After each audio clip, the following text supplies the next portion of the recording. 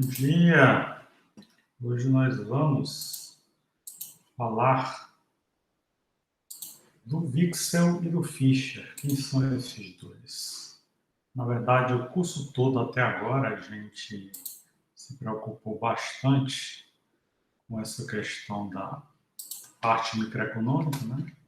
Agora a gente, pela primeira vez, vai analisar mais a questão macroeconômica. E quando a gente começa a falar de macroeconomia, a gente pensa, lá no começo do século XX, em dois autores que tiveram contribuição bem importante, de formas tanto quanto diferentes, né? Até porque eles vinham de tradições culturais, tradições econômicas diferentes, com preocupações muito diferentes, basicamente pelo seguinte: o Knut Wicksell é um economista sueco e ele ajudou a criar aquilo que hoje em dia a gente chama da Escola de Economia de Estocolmo.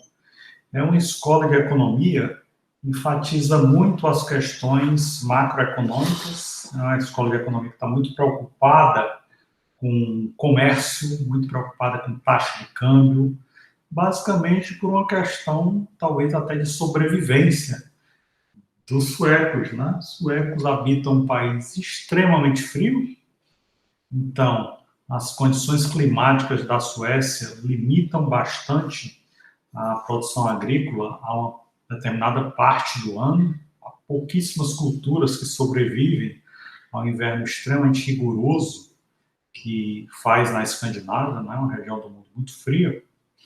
Então, boa parte da sobrevivência dos suecos ao longo de sua existência, não só dos suecos, das outras culturas da Escandinávia, né? Islândia, Noruega, Dinamarca.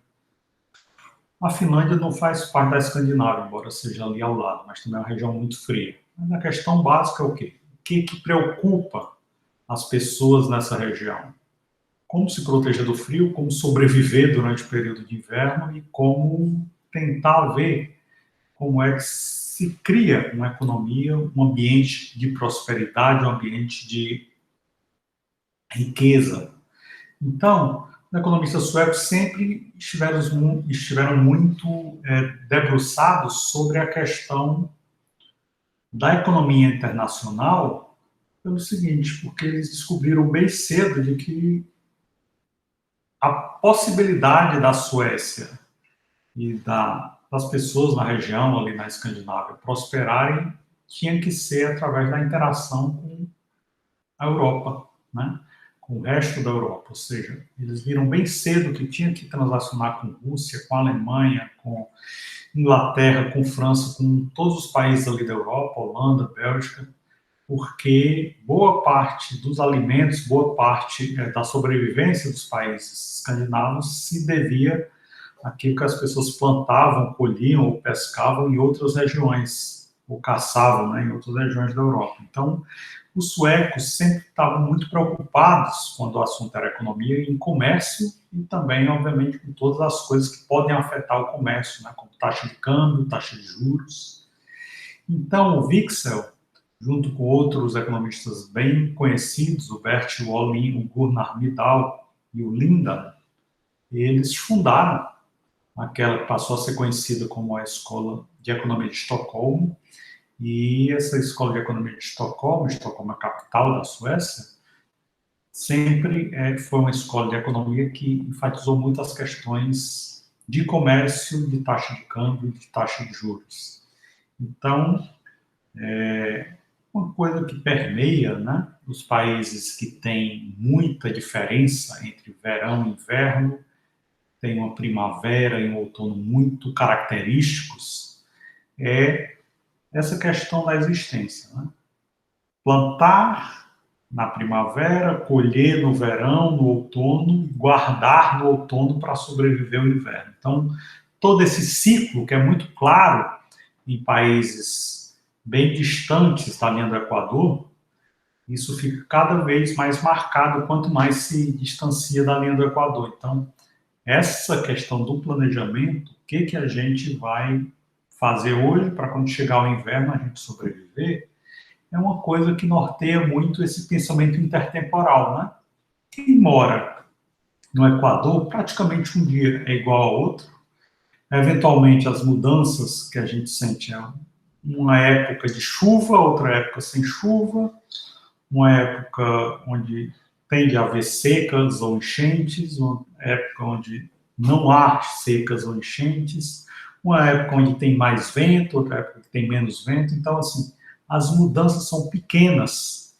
Então, ao longo das eras, o que se notou é que as pessoas que moram em regiões tropicais não têm uma necessidade tão grande de plantar, colher, acumular para depois poder consumir, porque há poucas mudanças de um período do ano para o outro.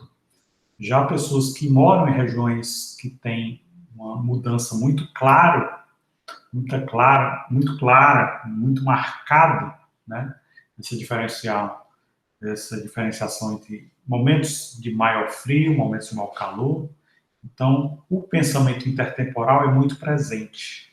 E o que é um pensamento intertemporal? É basicamente o seguinte: eu faço o maior esforço para plantar e colher hoje, e eu vou consumir ao longo do tempo. Então, eu vou, aquilo que os economistas chamam de suavizar o consumo.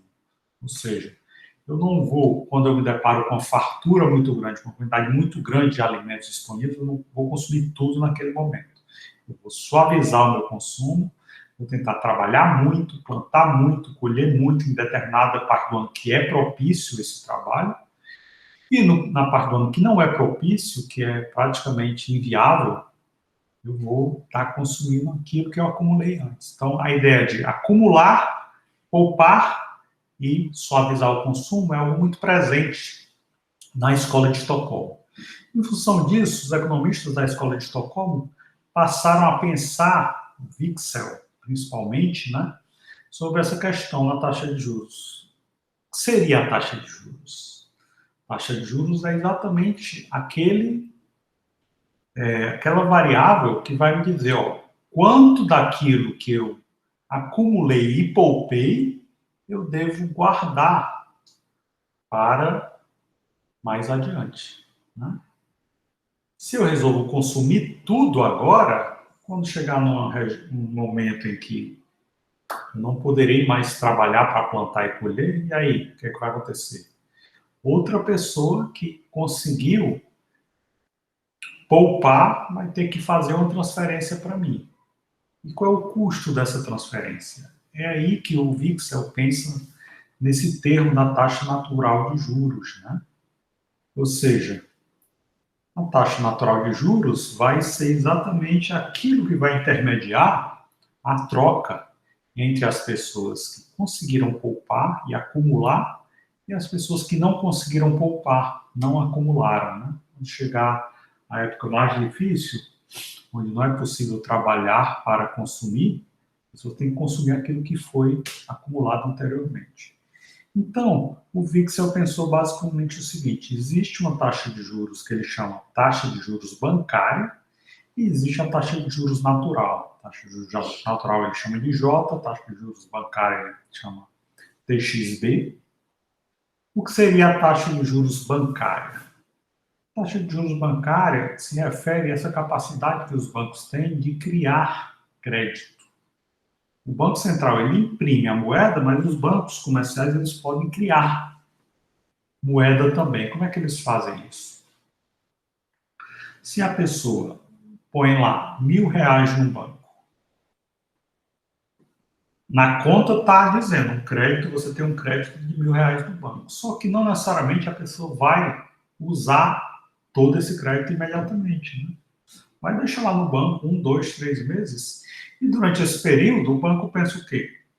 Tem gente querendo empréstimo, então eu posso pegar, deixar, como eu tenho várias pessoas deixando R$1.000 no banco, eu tento reservar 10% desses R$1.000 e deixo aqui como reserva no banco e empresto os outros 900. Como dessas 10 pessoas que deixaram cada um R$1.000 no banco, é pouco provável que as 10 vão ao mesmo tempo pegar e sacar os R$ 1.000, o que acontece? Cada um que deixar R$ 1.000, eu guardo a reserva de 10% e empresto os outros 90%. Então, é assim que os bancos usam a forma de criar crédito. Então, eles pegam o quê? 10 pessoas deixaram cada um R$ 1.000. Eles guardam 10% de cada um desses. Então, R$ 1.000 ficam em reservas e os outros R$ 9.000, o que é que eles fazem? Emprestam.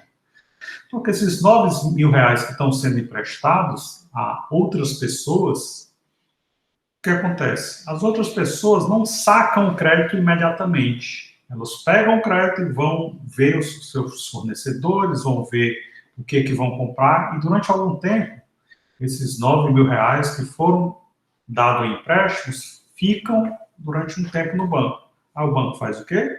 Pega 10%, R$ 900, deixa como reserva e empresta os outros R$ 8.100. E assim por diante. Então, um efeito cascata, né? De R$ 8.100, 10%, R$ 81 fica. 81 não, né? 10%, 810 ficam como reserva. E os outros 7.000 e tantos vão ser emprestados. Então, existe uma escadinha, né? No final, a gente soma os R$ 10.000 que foram emprestados e depois tem o quê? R$ 1.000 de reserva, mais 900 de reserva, mais 810 de reserva, mais assim por diante. Então, se a gente soma tudo isso, a gente vai ter o quê? Dos R$ 10.000 emprestados inicialmente, a gente vai ter que o banco criou uns R$ 20.000 a mais de crédito, por causa desse sistema de reservas. As reservas que são mantidas no banco são só um percentual pequeno, 10%, 15%, 8% do que entrou no banco. Então, é assim que os bancos criam crédito. E aí, em função disso, o Wixel diz o seguinte, olha, se os bancos criam crédito, eles emprestam bastante e ficam com reserva bancária, então, não necessariamente a gente garante que a taxa bancária seja sempre igual à taxa natural. O que é a taxa natural? A taxa natural é aquela taxa que vai equilibrar os mercados financeiros, né? Onde a oferta de fundos emprestáveis, ou seja, a oferta daquilo que as pessoas pouparam, vai ter que igualar a demanda por empréstimos. Então, essa série de pessoas vai aos bancos, pegar dinheiro emprestado, e aí os bancos pegam o que foi que as pessoas pouparam e deixaram aqui como recursos para a gente poder emprestar. A gente tem uma reserva de 10% e empresta o resto. Então, a gente tem uma taxa de juros, que é a taxa natural, só que aí, como os bancos podem criar moeda, pode ser que essa taxa bancária seja diferente da taxa natural. Então, a gente tem 3 hipóteses, né? Primeiro, a taxa bancária ser igual à taxa natural, é uma coisa que não tem problema nenhum para o Wixel, mas a gente tem outras 2 possibilidades, né? Primeiro, a taxa bancária ser menor do que a taxa natural. O que é que significa que a taxa bancária é menor do que a taxa natural? As pessoas vão deixar recursos, poupança no banco, e aí quando são remuneradas, descobrem que a taxa bancária é menor do que a taxa natural. As pessoas pensam, poxa, se eu deixo dinheiro no banco, estou sendo remunerado uma taxa que é menor do que eu esperaria, então eu vou sacar o meu dinheiro do banco e vou consumir. Não vale a pena deixar dinheiro no banco, eu vou consumir. Então, quando a taxa bancária é menor do que a taxa natural, há um incentivo muito grande ao investimento e ao consumo. E um incentivo ou um desincentivo à poupança. O resultado disso é o quê? A maioria das pessoas vai sacar dinheiro do banco e vai consumir. A maioria das pessoas vão para os bancos pegar dinheiro emprestado para investir. Então, muito investimento e muito consumo, a tendência é o nível de preços aumentar. O que acontece se ocorrer o inverso? A taxa bancária se tornar menor do que a taxa natural. Taxa bancária é menor do que taxa natural, as pessoas pensavam o seguinte: eu quero pegar a maior parte da minha renda para consumir e uma pequena parte para poupar. Aí chega no banco e descobre o seguinte: poxa, a taxa com a qual o banco está me remunerando é bem maior do que eu esperava. Então, eu vou diminuir a parcela de recursos que eu vou devotar ao consumo e aumentar a minha poupança. Então, se a taxa bancária for maior do que a taxa natural, J, haverá um estímulo à poupança. Né? Poupança vai ser estimulado. O que é desestimulado? O investimento, o consumo são desestimulados e, consequentemente, o nível de preços vai tender a cair. Então, a ideia básica é essa. A taxa bancária pode ser maior ou ser menor que a taxa natural, e isso vai gerar uma série de estímulos. Né? Como vocês fizeram o curso de Introdução à Microeconomia, vocês viram que um dos princípios básicos de economia era que as pessoas reagem a estímulos. As pessoas vão reagir a esse estímulo olhando para a taxa natural com relação à taxa de juros. Se a taxa natural for menor do que a taxa bancária, então as pessoas vão se sentir estimuladas a poupar bastante. Se a taxa bancária for menor do que a taxa natural, então elas vão se sentir estimuladas a consumir bastante. Só que o grande problema para o Wixel, naquela parte da mudança de um século para outro, na final do século XIX, começo do século XX, uma série de estruturas bancárias,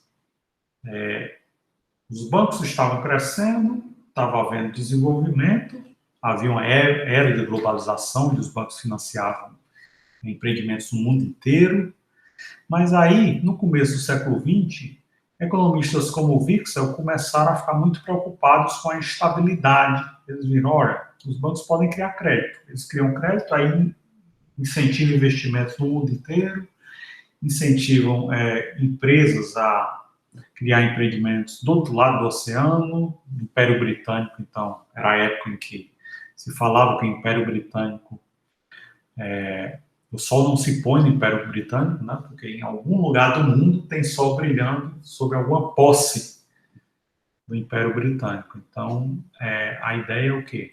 Era necessário criar uma estrutura de financiamento para financiar empreendimentos no mundo inteiro.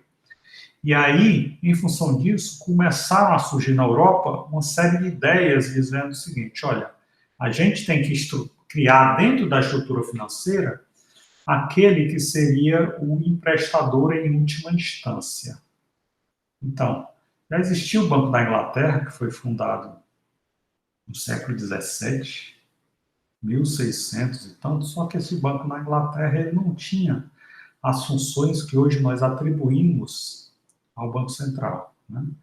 Ele só passou a ter as funções de Banco Central na virada do século XIX para o século XX. No século XX, 1913, o Banco Central americano, que é conhecido como FED, né? Federal Reserve Bank, foi fundado. Acho que em 1914, o Banco Central da França foi fundado. O Banco Central brasileiro só foi fundado em 1964. Então, assim, antes, na virada do século XIX para o século XX, vários economistas, como o Wixel, estavam muito preocupados com os problemas de instabilidade causados por esse aumento do crédito que os bancos comerciais faziam. Os bancos comerciais recebiam a poupança das pessoas, usavam essa poupança para gerar crédito e, às vezes, havia uma série de corridas aos bancos que as pessoas, de repente, começavam a soltar boato: aquele banco vai quebrar, vai quebrar. Todo mundo corria para tirar seu dinheiro do banco. O banco, de fato, quebrava. Por quê? Porque a ideia básica do banco é a criação de confiança. Ou seja, quando as primeiras casas bancárias surgiram na Europa, na Idade Média ainda, a ideia é o quê? Viajar pelas estradas europeias é muito perigoso, você corre o risco de ser morto e roubado, não nessa ordem, obviamente, necessariamente, né? E o que acontece, então, se eu deixo todo o meu ouro em uma casa e o dono dessa casa escreve uma carta para que eu leve para outras cidades para negociar com essa carta. Se todo mundo nessa outra cidade conhece o dono dessa casa bancária e confia nele, então eu posso levar essa carta e todo mundo vai acreditar naquilo que está escrito nessa carta. Então, a ideia da criação de bancos, de instituições financeiras, é a ideia da criação de um elemento central para o desenvolvimento econômico, que é a confiança.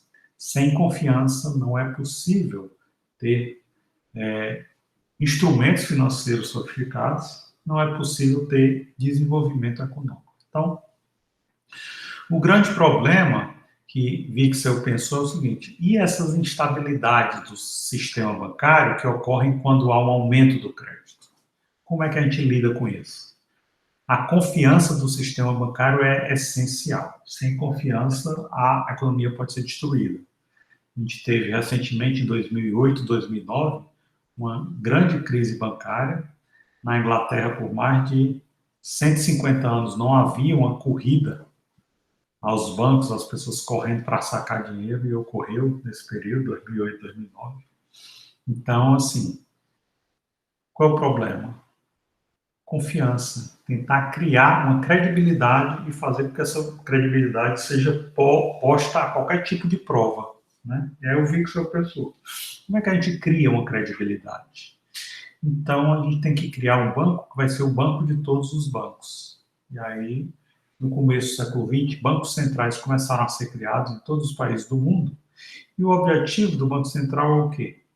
Seria regulamentar a emissão de crédito por parte dos bancos comerciais. Então, se o Banco Central tivesse instrumentos para limitar a criação de crédito dentro dos bancos comerciais, talvez essa instabilidade pudesse ser diminuída e, portanto, reforçada a questão da credibilidade, da confiança. Como os bancos centrais fariam isso? Eles criariam regulamentos dizendo o seguinte: de cada R$ 1.000 que alguém deposita no banco, o banco é obrigado a depositar R$ 200 no Banco Central. Pronto. É o que acontece. O banco só ia ficar com R$ 800. Se o banco fica com R$ 800, a capacidade que ele tem de emprestar diminui, né? Se ele tem R$ 800, ele pensa, eu guardo R$ 100 aqui, para ser eventualmente o dono desse dinheiro, desses R$ 1.000, quiser pegar dinheiro de volta rapidamente, e eu vou emprestar só R$ 700. Então, ao invés do primeiro passo anterior, ele emprestava R$ 900, agora ele está emprestando só 700. Então, isso diminuiu a capacidade de criação de crédito por parte dos bancos comerciais. E além dos depósitos compulsórios, ou seja, que o Banco Central obriga qualquer banco comercial a depositar imediatamente no Banco Central, o governo poderia passar a ter o monopólio da emissão de moeda. Era comum que na Inglaterra, por exemplo, cada banco comercial emitisse sua própria moeda, né?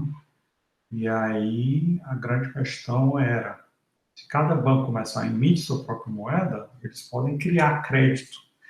Se o Banco Central passa a ser o único emissor de moeda, ele vai ter um controle maior sobre a quantidade de moeda que está em circulação nessa economia. Certo?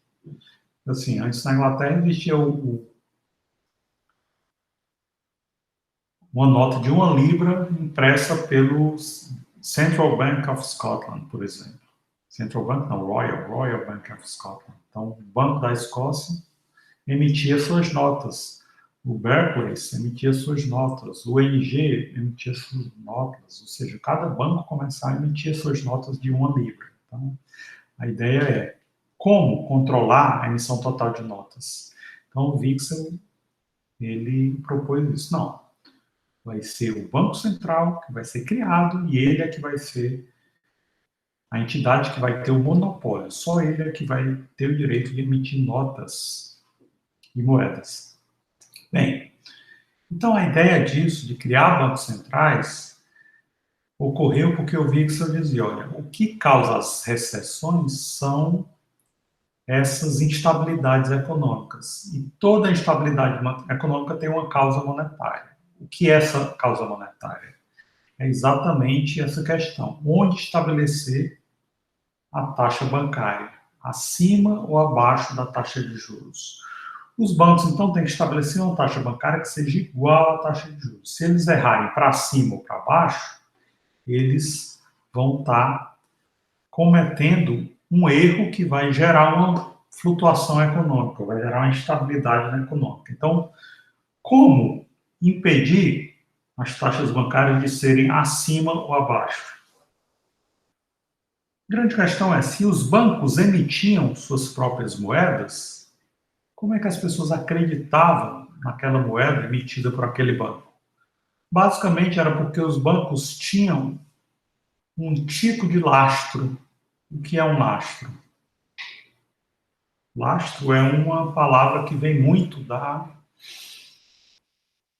engenharia náutica, né? O que as ciências dizem, como funciona o barco e como o barco anda no oceano, o que é a engenharia que procura ensinar como é que um barco consegue trafegar no oceano sem afundar.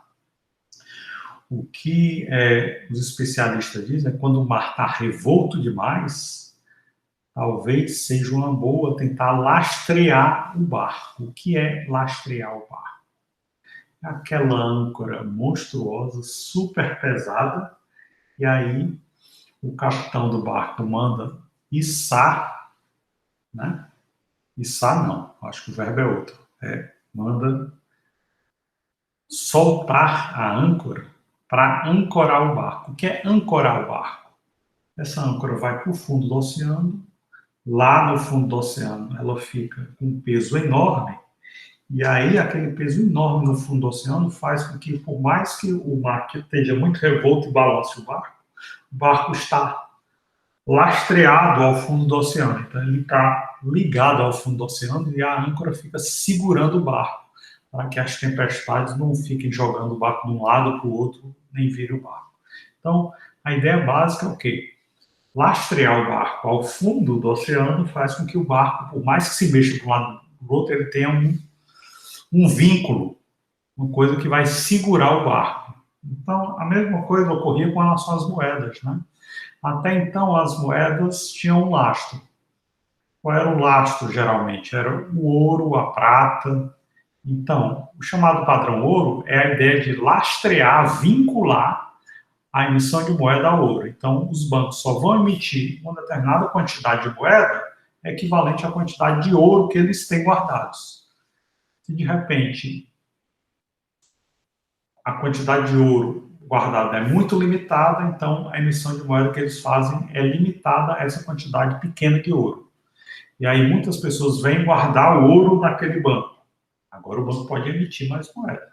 Né? Então, a ideia básica era que boa parte do século XVII, século XVIII, século XIX, houve a consolidação de que, com o surgimento das casas bancárias, os donos daquelas casas bancárias só podiam escrever aquelas cartas garantindo que o dono daquela carta, que importava aquela carta, tinha entregado uma quantidade de ouro, de moedas em ouro, em sua casa bancária. Né? Então, é daí que surgiu a ideia do lastro em ouro. Né? Eu vou viajar, as estradas europeias são perigosíssimas, se eu chegar vivo em outro canto, é possível que alguém no meio do caminho tenha roubado todo o meu ouro. Então eu não vou viajar com ouro. Eu deixo o ouro numa casa bancária, na minha cidade, no meu burgo, no meu vilarejo, e viajo só com essa carta que assegura que aquele ouro que está naquela casa bancária é minha. E aí, com base naquela carta, eu vou comprando e vendendo coisas. Toda vez que eu compro e vendo, eu assino embaixo, ó, na carta, eu paguei tantos, equivalente a tantas moedas de ouro para o cidadão tal. Eu vendi equivalente a tantas moedas de ouro que eu tenho direito de receber do cidadão tal. Então, assim, as cartas seguiam basicamente como se fosse um sistema de contabilidade, né, com créditos e débitos. Aí, quando ele voltava para seu vilarejo natal, levava essa carta e o dono da casa bancária fazia os débitos e créditos e contabilizava nova riqueza que esse comerciante teria. Então, a ideia básica é o quê? Existe um padrão, existe um lastro. Eu posso negociar com cartas bancárias do jeito que eu quiser, contanto que eu tenha deixado um lastro no banco. Mesma coisa os bancos faziam na era moderna, né? No século XIX, então todos os bancos se afixavam a esse padrão ouro, onde eles só emitiam moeda de acordo com a quantidade de moedas de ouro, ou ouro mesmo, ou prata, que tinha em suas casas bancárias. Só que o Wixel pensou o seguinte: será que isso é apropriado? O que é o ideal da quantidade de uma moeda em uma economia?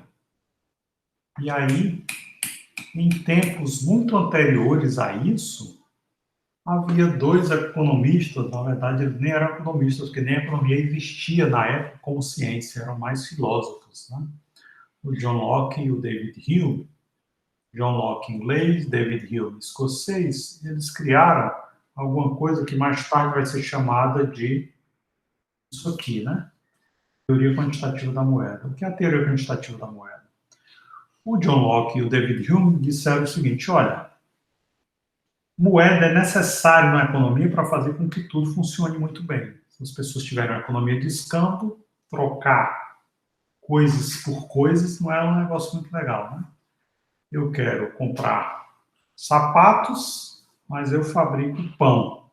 Então, eu tenho que convencer o sapateiro a comer pão. Se ele odiar pão, o que é que eu faço? Fico sem sapato. Então, uma economia de trocas de mercadoria contra mercadoria não é boa. O ideal é uma economia de trocas onde eu troco mercadoria por dinheiro. E aí isso gera mais flexibilidade, mais agilidade, mais eficiência na economia. Só que aí fica querendo saber o seguinte: qual é a quantidade ideal de dinheiro que eu tenho que ter nessa economia? M. A ideia é pegar tudo que é produzido na economia Y, multiplicar isso pelo índice de preços, quanto cada bem vale em termos de preços, e aí sim, o lado da moeda, que é o lado esquerdo, tem que ser igual ao lado da quantidade de produção, que é o lado direito. Com isso, o John Locke e o David Hume criaram aquilo que ficou sendo conhecido como teoria quantitativa da moeda. E aí o Wixel, que já era, que já vivia muitos anos depois, mais de um século depois, quase 2 séculos depois da criação, quase dois não, um só, criação da teoria quantitativa da moeda, ele pensou o seguinte: será que o padrão ouro é uma boa forma de emitir moeda? Por quê? O que a teoria quantitativa da moeda está nos dizendo? Está dizendo o seguinte: esse lado direito, que é o que as pessoas produzem, tem que equivaler ao lado esquerdo, que é a quantidade de moeda vezes a velocidade com que a moeda circula, certo? E o padrão ouro diz o quê? A única coisa que o padrão ouro diz é a quantidade de moeda que eu tenho que emitir a mais. O padrão ouro não diz se essa quantidade de moeda que eu estou emitindo a mais está sendo igual ao crescimento da produção desse lado. E aí? A gente pode acabar tendo uma desigualdade. Por isso, o Wixel diz o seguinte: não é uma boa emitir moeda baseada em padrão ouro, porque o que acontece é que, de repente, minas de ouro no Novo Mundo são descobertas em Minas Gerais, no Peru. No Peru havia minas monstruosas de prata, né? No ouro prata. Na África do Sul, no Congo. Então, no Novo Mundo, se descobre a corrida do ouro na Califórnia, né?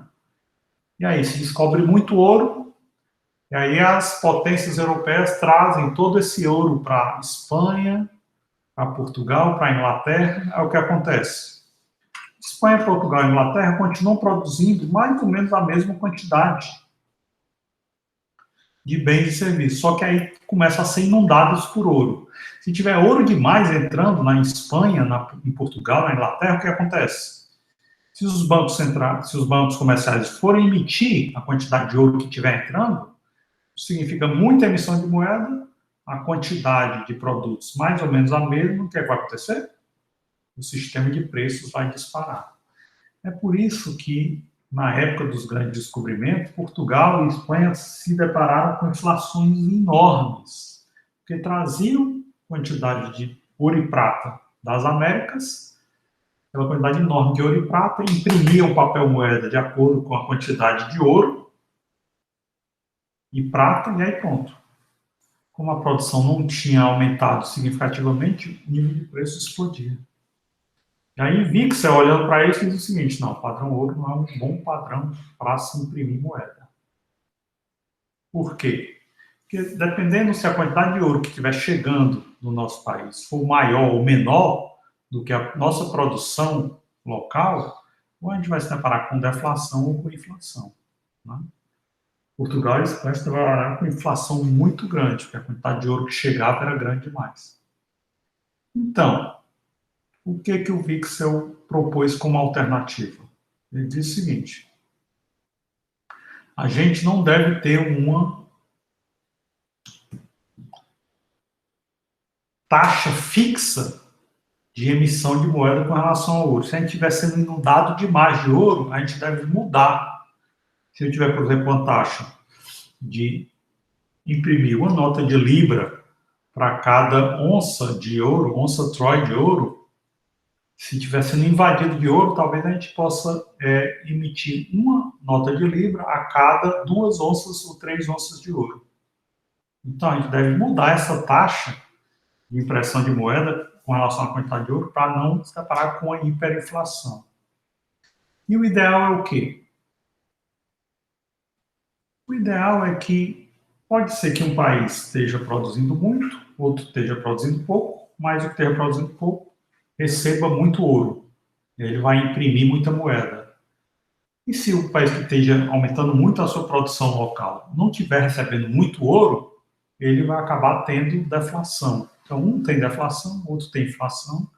Será que a gente não pode, como os suecos sempre foram muito preocupados por questões internacionais, ele pensou, será que a gente não pode, então, criar um padrão internacional, que aí um país com deflação, outro com inflação, se o padrão for internacional, as coisas mais ou menos se equilibram, né?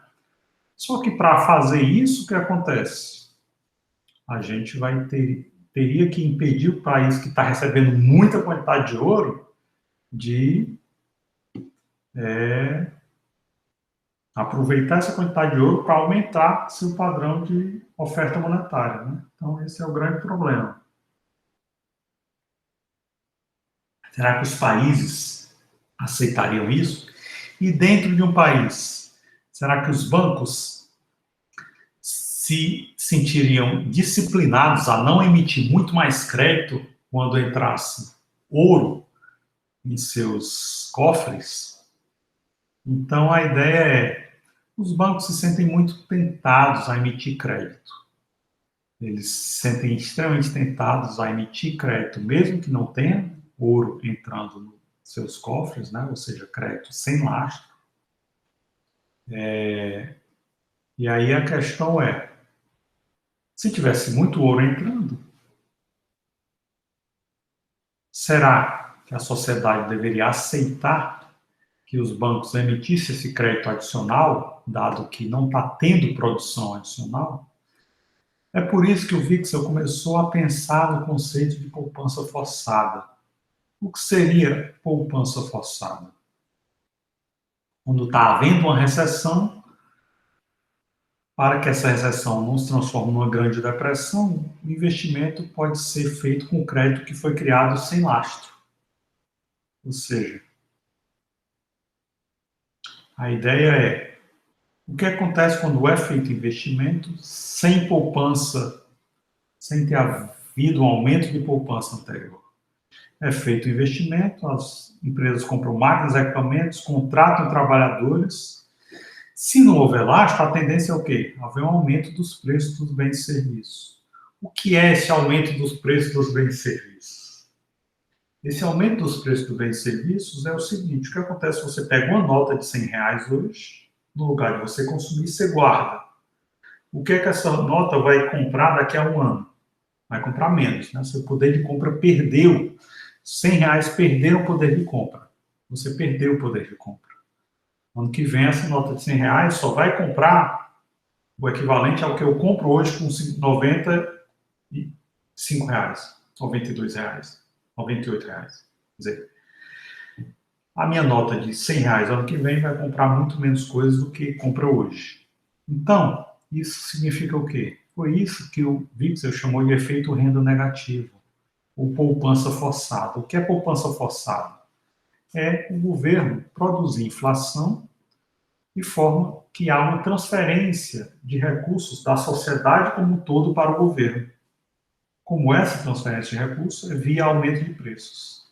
Então, o que o Wixel chamou de poupança forçada é essa política do governo de emissão de crédito que gera um aumento de preços. Né?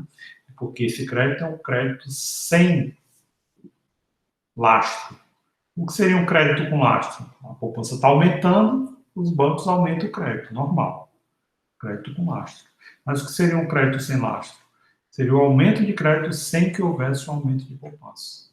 A questão é, será que não era exatamente isso que Wixel pensava que geraria instabilidade? Parece um pouco contraditório, né? A grande questão é que o Wixel já foi um pioneiro naquilo que economistas atuais, como Gregory Menkel, conseguiram formalizar em modelos macroeconômicos, que é a noção de custos de Menier. O que são custos de Menier? Menier é o cardápio, né, dos restaurantes. A gente vai no restaurante, pede o Menier, aí o garçom traz aquele cardápio com todos os pratos e os preços dos pratos. Se o restaurante tem diversas mesas, e cada mesa tem um cardápio, significa o quê? Cada vez que os preços mudam, eu tenho que mudar cada cardápio. Então, isso é um custo alto, né? Em função disso, o dono do restaurante, às vezes, contrata mais trabalhadores, compra mais alimentos, vai estocar tudo, compra freezers, geladeiras e tudo, compra fogões industriais, né? Uma cozinha industrial para aparelhar bem o restaurante, mas mantém os preços no mesmo patamar. Por quê? Se os custos dele estão aumentando. É isso que a gente chama de custo de Menier. Por quê? Porque no momento, cada vez que ele tiver um aumento de custo, ele for mudar todo o cardápio, se ele tem um restaurante com 50 mesas, muda 50 cardápios. Qual é o custo de mudar 50 cardápios? É alto, né? Então a ideia básica é o quê? Ele, no curto prazo, se depara com aumento de custos, e aí mantém os preços, mais aumento de custo, mantém os preços, mais aumento de custo, mantém os preços, só depois de um tempo é que ele realmente troca todos os cardápios do seu restaurante, porque vai chegar um momento que os custos já estão altos demais, ele vai ter que reformular os preços de todos os pratos. Então, no curto prazo, os preços podem até ser fixos. 2 meses, 3 meses, 6 meses, 1 ano. Mas depois de 1 ano, ano e meio, 2 anos, o restaurante vai sentir necessidade de aumentar seus preços. Né? Ele vai reformar todos os seus cardápios no prazo de 2, 3, 5 anos. 5 anos depois é praticamente impossível você achar um restaurante que mantenha o preço do prato por mais de 5 anos seguidos. Né? Ele vai alterar os preços porque os custos aumentaram muito nesse período. Então, no médio e no longo prazo, muitas empresas aumentam seus preços, embora no curto prazo ela possa manter os preços fixos. Né? E o que acontece quando se mantém preços fixos no curto prazo? Ora, se o mercado é perfeitamente competitivo, manter os custos fixos no curto prazo significa o quê? Mercados competitivos, o preço é igual a custo marginal. Ou seja, se o preço é 5, o custo marginal é 5. A empresa, no mercado competitivo, não tem capacidade de manter os custos fixos. Por quê? No momento que o preço aumenta para o custo marginal aumenta para 6, ela tem que aumentar o preço para 6. Como o mercado é perfeitamente competitivo, se todas as empresas são iguais, se os custos marginais de uma empresa vão para 6 e o custo e o preço continua em 5, porque ela não quer ter custos em reformar todo o cardápio, o que acontece? Ela quer. ela quebra. Ela tem que aumentar imediatamente os custos, os preços para 6, por quê? Porque os custos marginais subiram para 6. Então, a ideia básica é o quê? O Vixel utilizou o modelo de Cournot, mostrando, olha, esse mercado não é competitivo, né? Só pode ser competitivo, perdão, caso a gente esteja num sistema de concorrência perfeita. Caso a concorrência não seja perfeita, o mercado não pode ser perfeitamente competitivo. Tem que ser um modelo de competição imperfeita, como o modelo de Cournot.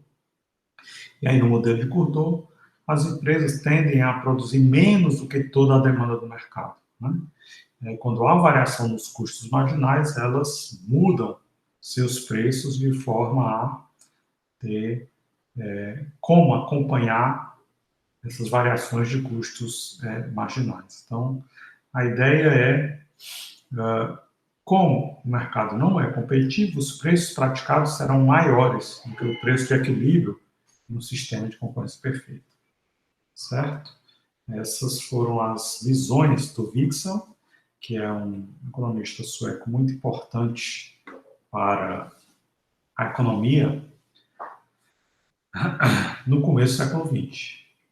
E aí, como a gente sempre vê, né, os grandes centros de produção de conhecimento e teoria econômica sempre foram os Estados Unidos, Canadá de um lado do Atlântico e Europa do outro lado. Então, mais uma vez nessa aula, a gente teve o exemplo de um economista europeu, e agora a gente vai falar de um economista americano. Esse economista americano se chama Irving Fisher, é um economista que viveu no começo do século XX, mas ele tem uma influência muito grande de vários economistas europeus, né? De certa forma, o trabalho dele é muito semelhante ao trabalho do Vixel, mas ele tem outras influências europeias, como do economista austríaco Eugen von Böhm-Bawerk. O que o Böhm-Bawerk pensou antes do Fischer, que inspirou o Fischer? O Böhm-Bawerk pensou muito sobre juros, né? E o Böhm-Bawerk criticou a teoria marxista sobre juros, que implica que a taxa de juros tem que ser zero, porque qualquer juros acima de zero é a exploração do homem pelo homem, né? Então, a ideia do Böhm-Bawerk é o quê? Que é essencial que a taxa de juros seja diferente de zero. Por quê? Porque as pessoas tomam determinadas atitudes no presente que são atitudes diferentes das atitudes que elas irão tomar no futuro, né? Ou seja, os juros são a troca intertemporal. O que eu abro mão de ter no presente para ter no futuro? Se a taxa de juros for em zero, como pregavam as teorias tanto de Marx quanto de outros economistas socialistas, significa o quê? Eu sou indiferente a consumir hoje ou no futuro. A maioria das pessoas não é indiferente a consumir entre hoje e no futuro, por quê? Porque hoje eu estou vivo, no futuro eu não saberei se estarei vivo. Então, a ideia é que o Böhm-Bawerk, com sua teoria da taxa de juros, disse, olha, obviamente tem que haver taxa de juros para que a economia funcione. Se a taxa de juros for zero, a economia não vai poder funcionar. Inspirado por isso, o Irving Fisher, lá nos Estados Unidos, pensou o seguinte: além dos 3 fatores que o Böhm-Bawerk cunhou para justificar a existência de uma taxa de juros que não fosse zero, ele estabeleceu 2 fatores a mais. O primeiro fator ele chamou taxa de impaciência, que é muito na direção da troca intertemporal do Böhm-Bawerk, que é o seguinte: o que seria a taxa de impaciência? Eu quero consumir algo, eu quero comprar uma TV e eu sei que essa TV está a um determinado preço hoje, mas vai estar muito mais barata em janeiro de 2023. Se eu tiver paciência, eu vou poupar bastante e em janeiro de 2023 eu vou comprar essa TV. Qual é o grande problema? O grande problema é que esse ano tem um evento, vários eventos, né? Esse ano tem Copa América, esse ano tem Eurocopa, esse ano tem Olimpíadas, em novembro do ano que vem tem Copa do Mundo. Então, o que acontece? Se eu tiver paciência e comprar essa TV só em janeiro de 2023, eu não vou assistir todos esses eventos que eu quero muito assistir. Se eu for impaciente, eu compro agora essa TV. Embora no futuro a TV vai ser bem mais barata. Então, o que seria essa taxa de impaciência que o Fischer falou? É a taxa que o consumidor recebe na forma de um consumo maior atual em troca de um consumo menor no futuro. Opa, isso é que eu sou impaciente demais, né? Para que eu consuma hoje mais, eu tenho que abrir mão de consumo no futuro. Estou me comprometendo a um consumo menor no futuro, porque eu sou impaciente e quero consumir mais agora. Então, essa é a taxa de impaciência. O segundo ponto pelo qual o Ivo Fischer justificou a existência de uma taxa de juros positiva é o seguinte: são as oportunidades que nós temos, né? Eu tenho hoje a oportunidade de um emprego onde eu vou ganhar 2 vezes o que eu ganho atualmente, mas eu tenho que me mudar para São Paulo. Será que vale a pena? Será que esse custo de oportunidade vale a pena? Eu vou investir em alguma coisa para ter mais no futuro, né? Então eu tenho que consumir menos agora. Eu tenho que gastar uma grana violenta para fazer essa mudança da cidade que eu vivo hoje para outra cidade. Então, eu vou consumir menos agora, porque eu vou investir. E aí, o baixo consumo atual vai se refletir em um alto investimento atual. E, portanto, quando eu tiver o retorno desse capital, eu vou ter um consumo maior no futuro. Só que quanto mais eu abrir mão de consumo atual e mais eu investir hoje, o que acontece? Cada unidade adicional de investimento a mais hoje vai ter um retorno marginal decrescente, né? Eu não vou ter muito mais retorno de capital no futuro. Retorno de capital, o primeiro investimento vai me dar um grande retorno, o segundo investimento vai dar um retorno um pouco menor, o terceiro investimento um retorno bem menor e assim por diante. Ou seja, a ideia é que os rendimentos marginais são decrescentes. Basicamente, essa frase deixa isso claro, né? Quando o Fischer diz: quanto mais investimos e adiamos a nossa gratificação, menor se torna a taxa de oportunidade de investimento e maior a taxa de impaciência. Então, não compro a TV agora, perco a Copa América, perco a Eurocopa. Se eu perder as Olimpíadas, então eu vou começar a ficar impaciente demais. Talvez eu não vou ter mais capacidade de continuar poupando, para perder também a Copa do Mundo no ano que vem. Em algum momento, minha taxa de impaciência explode e eu compro TV antes da Copa do Mundo, né? Isso se eu não for suficientemente paciente para comprar logo agora essa TV, né? Então, a ideia básica é o quê? Eu vou ter, então, uma taxa de juros que vai tentar equilibrar esses dois aspectos, né? A taxa de impaciência, que quanto maior for, mais vou querer consumir agora, e a taxa de oportunidade, que quanto maior for o retorno do meu capital, mais eu vou querer adiar o meu consumo, né? Então, vai chegar um momento em que a taxa de juros de equilíbrio vai ser aquela que iguale essas duas taxas, a taxa de impaciência com a taxa de oportunidade de investimento. Ok? O que acontece se a taxa de impaciência é alta demais? Todo mundo vai querer consumir hoje. Significa que aquelas poucas pessoas que têm essa disciplina de esperar para perder Olimpíadas, perder Copa do Mundo, Eurocopa, Copa América, essa pessoa vai se deparar com uma taxa de juros altíssima. Foi o único que conseguiu poupar para financiar o consumo atual de tanta gente que quer consumir hoje. Já se eu tiver muita gente adiando esse investimento, significa que a taxa de impaciência vai ser pequena e a taxa de oportunidade de investimento vai ser muito alta. Então, a taxa de juros vai cair bastante. Então, a taxa de juros pode cair demais ou pode subir demais. E qual vai ser a taxa de juros de equilíbrio? A que conseguir pegar o ideal entre a taxa de impaciência e a taxa de oportunidade de investimento. A que igualar as duas. Certo? Bem,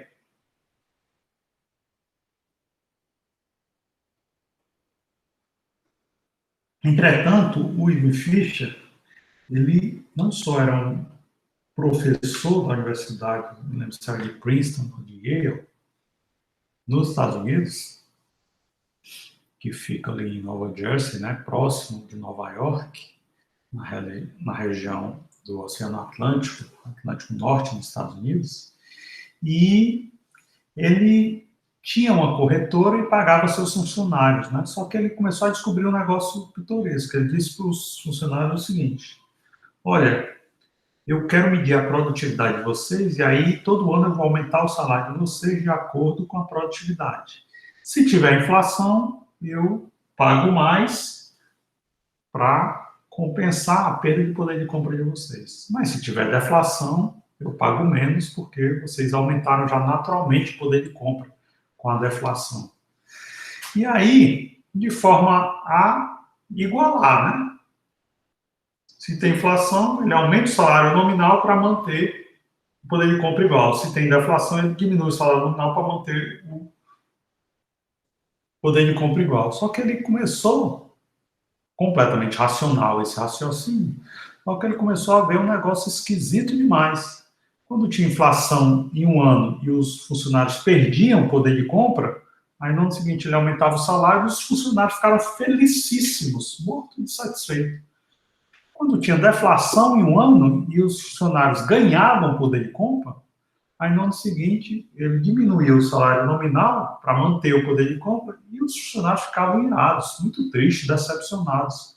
Então ele pensava o seguinte: poxa, por que será que isso acontece? Eu estou mantendo o poder de compra deles igual. Tendo inflação, deflação, o poder de compra deles não está variando porque eu estou mantendo o salário exatamente de acordo com o poder de compra.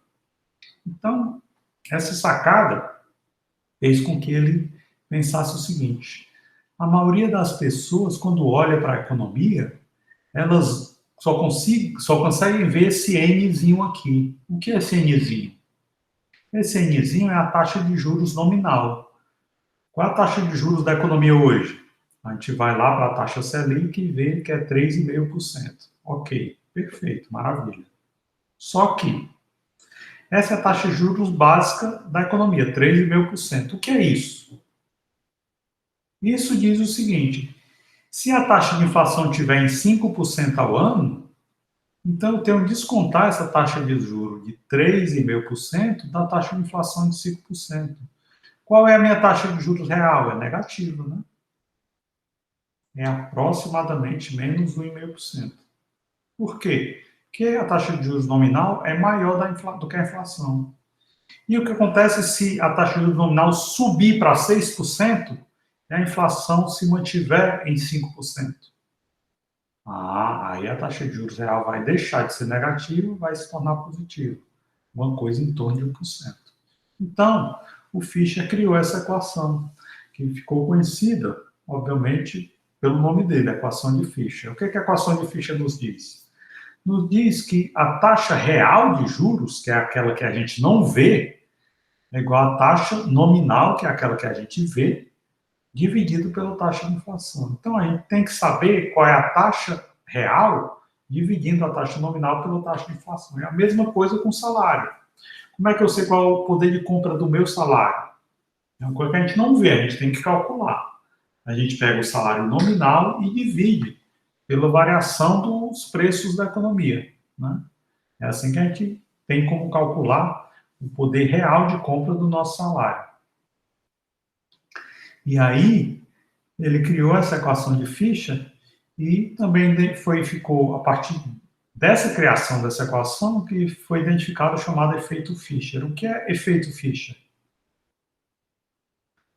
O efeito Fischer é que na hora que o Banco Central vai mudar a taxa de juros nominal, o que é que ele faz? Por que a taxa de juros, que no começo do ano era 2%, subiu para 3,5%? Porque as pessoas viram o efeito da pandemia e disseram: opa, os preços estão subindo muito. Se os preços subiram muito na pandemia, quando começar a vacinar todo mundo e acabar a pandemia, então aí que a inflação vai estar alta demais. Então as pessoas começaram a ter uma expectativa de inflação muito alta. E o que acontece quando as pessoas começam a ter uma expectativa de inflação muito alta? A taxa de juros nominal sobe. Então, a ideia básica é que a taxa de juros nominal acabou sendo afetada pela expectativa de inflação futura. Então, é a isso que se dá o nome de efeito Fischer. Né? Essa equação de Fischer é uma criação central, muito importante, do Irving Fischer, mas ele também pensou em termos, como o Wixell, né? Ele pensou muito em termos de teoria quantitativa da moeda. Ele tentou modificar a noção de teoria quantitativa da moeda, onde antes a gente tinha o quê? Tinha isso aqui, né? Como o David Hume e o John Locke criaram lá no século o quê? 1700 e século XVIII, né? Criaram isso aqui no século XVIII. E aí, no início do século XX, o Fischer chegou e disse o seguinte: olha, aqui a gente tem alguns fatores que devem determinar o poder de compra de uma moeda. Primeiro, o volume de circulação da moeda M. Né? Opa, depois, a velocidade com a qual a moeda circula, V. Depois, o nível de preços e o produto da economia. Só que o Fischer deu uma nova versão. Ele pensou o seguinte: além da quantidade de moeda e a velocidade com a qual a moeda circula, o que o Wixell nos mostrou é que os depósitos bancários são muito importantes para tentar descobrir o que vai acontecer com a economia, se vai ter inflação ou se vai ter deflação. Então, ele tentou ampliar essa teoria quantitativa da moeda, botando M', que é o volume de depósitos bancários, né? Então, ele pôs aqui M', quantidade de demanda por depósitos bancários, e pôs também V', que é o quê? A velocidade com a qual esses depósitos bancários circulam. Então, ele ampliou, modificou a teoria quantitativa da moeda, que era só M vezes V igual a P vezes Y. Ele ampliou, dizendo, ó, M a moeda, papel moeda, e a velocidade com que esse papel moeda circula, mas depósitos bancários, M', vezes a velocidade com a qual esses depósitos bancários circulam. Isso vai ser igual ao nível de preços, P, mas ele pensou, ao invés de Y, que é o produto da economia, é uma coisa que não é muito fácil de ver, talvez seja melhor a gente trocar o Y pelo T. O que é o T? É o volume de bens e serviços que são trocados. Porque ele pensou o quê? Eu quero saber o volume de comércio. O volume de comércio, que aqui nessa equação está como T, é mais importante para eu ver como a economia está funcionando do que o produto em si. Certo? E aí, em função disso, ele pensou, os preços P vão variar diretamente com relação a todas essas variáveis do lado esquerdo e vão variar inversamente com relação a T. Certo? Só que ele pensou o quê? Dessa equação, quais são as variáveis mais importantes? Ele pensou o seguinte, o M e o M', ou seja, o volume de oferta monetária e o volume de demandas por depósitos bancários, são os que têm maior influência sobre o nível de preço. Se isso estiver variando demais, isso vai ter um impacto grande no nível de preço. V e V' são importantes, mas não influenciam muito o P, não. Certo? O que é que ele pensava? Tanto V, quanto V', quanto T, tendiam à estabilidade. Então, essas variáveis aqui, T, V' e V, são relativamente estáveis. M e M' é que são bem estáveis e podem variar bastante, influenciando muito o nível de preço. Então, a grande questão é como a gente vai estabilizar a economia? Ou seja, como a gente vai manter o nível de preços relativamente estável para que não haja grandes variações. Então, o Fischer diz, bem, não precisa se preocupar com T, porque o volume de comércio não varia de forma tão avassaladora assim. Então, precisa se preocupar nem com V' nem com V. A gente precisa se preocupar, sim, com o M e com o M'. Por quê? a oferta de moeda e a demanda por depósitos bancários, essas podem variar bastante e é essas que a gente precisa ver como controlar. Então, como controlar? Fischer, no começo do século XX, havia o padrão ouro, né? Como controlar? Fischer concordou com Wixel dizendo o seguinte, olha, por aquilo que o Wixel já expôs, aumento da quantidade de ouro, gerando muita instabilidade na economia, influenciando demais o nível de preços, então a gente deve ter um padrão ouro que seja flexível. Se eu tenho uma onça Troy, falando a nossa linguagem, por exemplo, 1 grama de ouro. 1 grama de ouro é equivalente a R$1. Se de repente é achado muito ouro, se a gente mantiver o padrão ouro, 1 grama de ouro, R$1, a gente vai explodir a quantidade de M. E aí, aumentando muito o M, também pode aumentar muito o M', e aí o nível de preço vai lá para o espaço. Então, o que a gente pode fazer? A gente pode, então, exigir o seguinte, se tiver ouro demais entrando na nossa economia, a gente pode pensar o seguinte, então vamos agora imprimir uma nota de real quando a gente tiver 2 gramas de ouro, ou então 3 gramas de ouro, ou então 5 gramas de ouro. Se a gente tiver flexibilidade no padrão ouro, a gente consegue limitar a volatilidade do nível de preços. E se de repente eu tenho um padrão ouro que é 5 gramas de ouro para cada nota de real, aí de repente ninguém mais encontra ouro na economia. A economia cresce 5, 6, 10% ao ano, mas não tem ouro nenhum mais entrando nessa economia. Então, o Fischer pensou o quê? Então, vamos reduzir o padrão ouro para 4 gramas, então 3 gramas, que aí a gente impede que haja uma deflação nessa economia. Então, o Fischer pensava exatamente isso. Se houver um padrão ouro fixo, se a gente for muito rígido e impuser um padrão ouro fixo, nós vamos ter aumento ou queda na quantidade de ouro que está sendo extraído das minas, ou aumenta muito a quantidade de ouro, ou então as minas não extraem mais ouro nenhum, isso vai gerar muita inflação ou até deflação na economia. Então, isso vai gerar muita volatilidade no poder de compra da moeda. Isso não é desejável. Então, de tempos em tempos, o Banco Central pode alterar a quantidade de ouro que deve ser aceito para imprimir uma nota de dólar lá nos Estados Unidos, né? Então, ao emitir cada nota de dólar, vai se tentar suavizar a trajetória do nível de preços, certo? Bem, para finalizar a aula de hoje, então, existe uma certa história um tanto quanto trágica, né? O Ivy Fischer, ele era um grande corretor, ele ganhou, ficou milionário investindo na bolsa, né? Ele era professor universitário, mas tinha uma corretora, era um empreendedor também, ficou milionário investindo na bolsa. E ele acompanhava a bolsa com toda a sua experiência e sofisticação intelectual e ganhou muito dinheiro, né? Ficou rico, milionário. Mas aí, quando teve a crise de 29, ele pensou o seguinte, como a teoria econômica diz, o que vai acontecer é que os preços das ações vão cair, e os preços vão cair até um determinado patamar.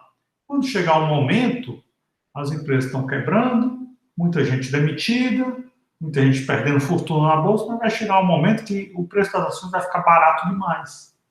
Quando ficar barato demais, as pessoas vão voltar a comprar. Vão voltar a comprar as ações. Quando as pessoas voltarem a comprar as ações, porque essas ações vão estar baratas demais, as empresas vão começar a receber esse dinheiro, vão recontratar trabalhadores, vão aumentar a produção e existe um mecanismo do sistema de preços que vai acabar com a recessão e fazer com que a economia volte a crescer. Então, a ideia do Fischer é o quê? Existe um ciclo de negócios e o próprio sistema faz com que esse ciclo, quando estiver caindo demais, ele volta naturalmente a subir. Então, na época em que a Bolsa de Nova York quebrou e as ações ficaram cada vez mais baratas, o que o Fischer fez foi comprar cada vez mais ações, investir muito mais, porque ele pensando, bem, os preços estão caindo, quanto mais eu compro, mais eu consigo comprar a um preço mais baixo. E aí, comprando, essas ações a um preço tão baixo, eu vou multiplicar minha fortuna ainda mais quando as ações voltarem a subir. O problema é que as ações não voltaram a subir, e aí o Fischer perdeu toda a sua fortuna. Trágico, uma coisa terrível. Ele teve que se desfazer de sua corretora, perdeu toda a sua fortuna, um monte de seus empregados foram demitidos, né? E ele perdeu tudo que ele tinha. E, obviamente, isso abalou muito, essa perda toda. E depois disso, o Fischer passou a questionar nessa equação a estabilidade que antes ele previa. Ele dizia, ó, a relação entre M e M' é relativamente estável. Ou seja, quando o M sobe, o M' tende a subir muito, quando o M cai, o M' tende a cair muito, e todas essas variações vão ter impacto grande em P. Mas se eu botar M sobre M', isso, com o passar do tempo, tende a ser bastante estável. Depois que ele perdeu tudo na bolsa, ele começou a pensar o seguinte: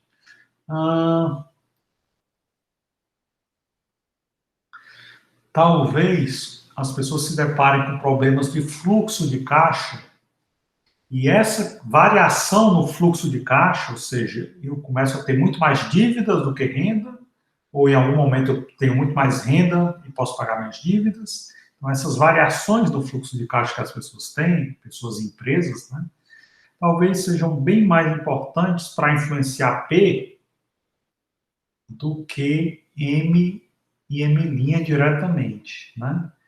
Até porque M e M' talvez não sejam tão estáveis assim quanto eu pensava. Então, para tentar impedir que o sistema econômico tivesse tanta instabilidade, ele pensou o seguinte: sabe uma coisa? O grande problema do nosso sistema bancário, que quebrou na década de 30, depois da crise de 29, foi porque o sistema bancário é feito de reservas fracionadas. O que é isso? Reservas fracionadas é o fato de que os poupadores deixam determinada quantia no banco, R$ 1.000, e os bancos pegam esses R$ 1.000 e começam a reservar 10%, ou seja, uma fração, e emprestar os outros 900. Ou seja, as reservas são fracionadas, é só uma fração do que foi deixado no banco. E se as reservas não fossem fracionadas? Se a gente tiver um sistema bancário com 100% de reservas, a pessoa deixa R$ 1.000 no banco, o banco fica lá com os R$ 1.000 reservados. Não empresta esses R$ 1.000. Então, o Fischer começou, no final da sua vida, a defender isso. Olha, para que a gente tenha um sistema financeiro sólido, a gente só pode permitir os bancos a emprestarem dinheiro se eles guardarem 100% de reservas. Se eles tiverem mais dinheiro do que esses 100% de reservas, eles podem emprestar esse dinheiro a mais, mas eles têm que manter 100% de reservas para se proteger contra calotes. E aí o Fischer, no final de sua vida, ele defendeu essa ideia. Aí sim, se a gente obrigar o sistema bancário a ter 100% de reservas para se proteger contra calotes, aí sim, o sistema bancário vai ser sólido, não vai quebrar, os bancos nunca vão falir e, portanto, a gente vai ter o fim dessa volatilidade, o fim de ciclos econômicos, de recessões e crescimentos econômicos muito grandes. Bem, é isso por hoje. A gente acaba a aula de hoje por aqui. Contribuições de Knut Wicksell e Irving Fischer. Tenham todos uma ótima segunda-feira, uma ótima semana e uma boa preparação para a nossa avaliação. Tenham todos vocês uma boa preparação, tentem fazer as listas de exercícios e a gente se vê na próxima aula, na sexta. Até lá. Tchau.